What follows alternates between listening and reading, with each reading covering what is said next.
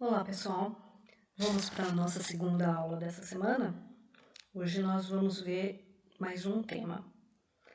Na primeira aula da semana, nós vimos algumas linhas de argumentação e também tipos de argumentação, que normalmente são feitos em textos, textos chamados dissertativo argumentativo.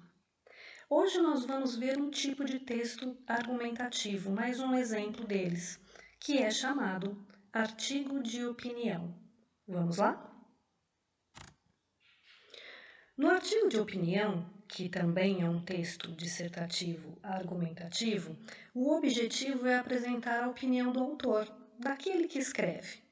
Esses textos normalmente são apresentados em jornais, revistas, mas também de forma falada em rádio e televisão. Então, são textos normalmente utilizados nos meios de comunicação. Existem algumas características específicas, além daquelas de ser um texto argumentativo, de usar linhas de argumentação e tipos de argumentos diferentes. Existem 3 outras características interessantes que vamos analisar agora. A primeira delas é que geralmente esse é um texto assinado. Veja bem, geralmente, porque não existe essa obrigatoriedade de estar assinado. Além de poder haver mais de um autor. Em revistas ou jornais, eles podem assinar conjuntamente ou, às vezes, nem aparecer assinado. Na televisão, esse artigo de opinião normalmente é apresentado por aquele mesmo que escreveu, assim como no rádio, onde aquele que lê normalmente é aquele que escreveu esse artigo e que está apresentando a sua opinião. Outra característica é que esses textos apresentam linguagens objetiva e subjetiva ao mesmo tempo. Vamos entender isso. A linguagem objetiva, normalmente em terceira pessoa, é a apresentação de um conhecimento, de um texto, de uma informação. Por outro lado, a partir do momento que aquele que escreve ou aquele que está lendo emite a sua opinião, ele já pode fazer em primeira pessoa, de forma subjetiva. Lembra que eu falei? Subjetiva, do sujeito.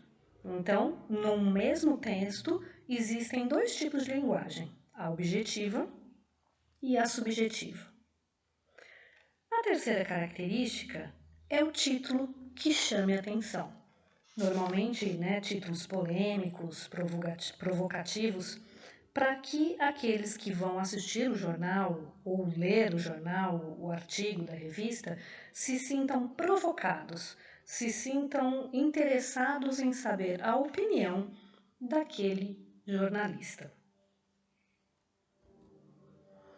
Um tópico interessante também é que esses textos podem apresentar, e na maioria das vezes apresentam, o que chamamos de modalizadores linguísticos, que são palavras ou frases que ligam informações e ideias entre os parágrafos. Então, algumas frases, algumas palavrinhas que têm como exemplo, sem dúvida, talvez, a meu ver, é certo que, é preciso, dentre outras. Existe um texto aí na apostila de vocês em que vocês vão poder analisar quais são os tipos de argumentos e perceber esses modeladores linguísticos. O texto que está lá na página 18 é o que o Brasil ganha com as mudanças climáticas. Tomem bastante cuidado e bastante atenção quando forem fazer os exercícios, então, primeiro fazendo a leitura desse texto. E só uma observação final, a ideia do colunista. Quem é o colunista?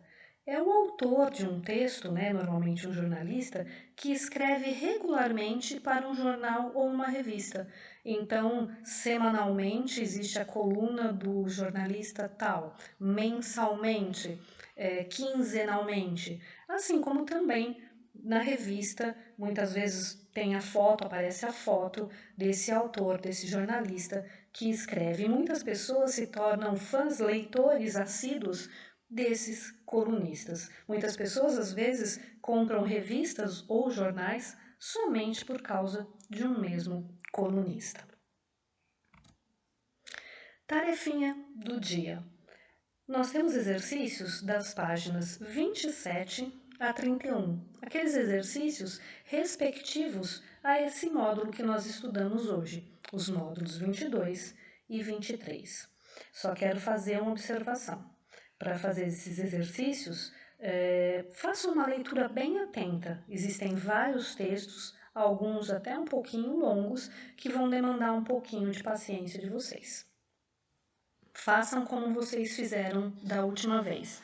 Fotografem e enviem no meu WhatsApp, lembrando que eu preciso identificar, vão ser muitas fotos. Então, na apostila, coloca lá no alto da página o seu nome, a série e a data do exercício, né, do dia da entrega do exercício. Qualquer dúvida, o nosso plantão de dúvida fica de segunda a sexta, nesse horário, das 7 às 18 horas, vocês podem me contatar e tirarem as suas dúvidas. E não esqueçam da leitura do mês de maio, Comédias para se ler na escola, de Luiz Fernando Veríssimo. Combinado? Então até a próxima aula.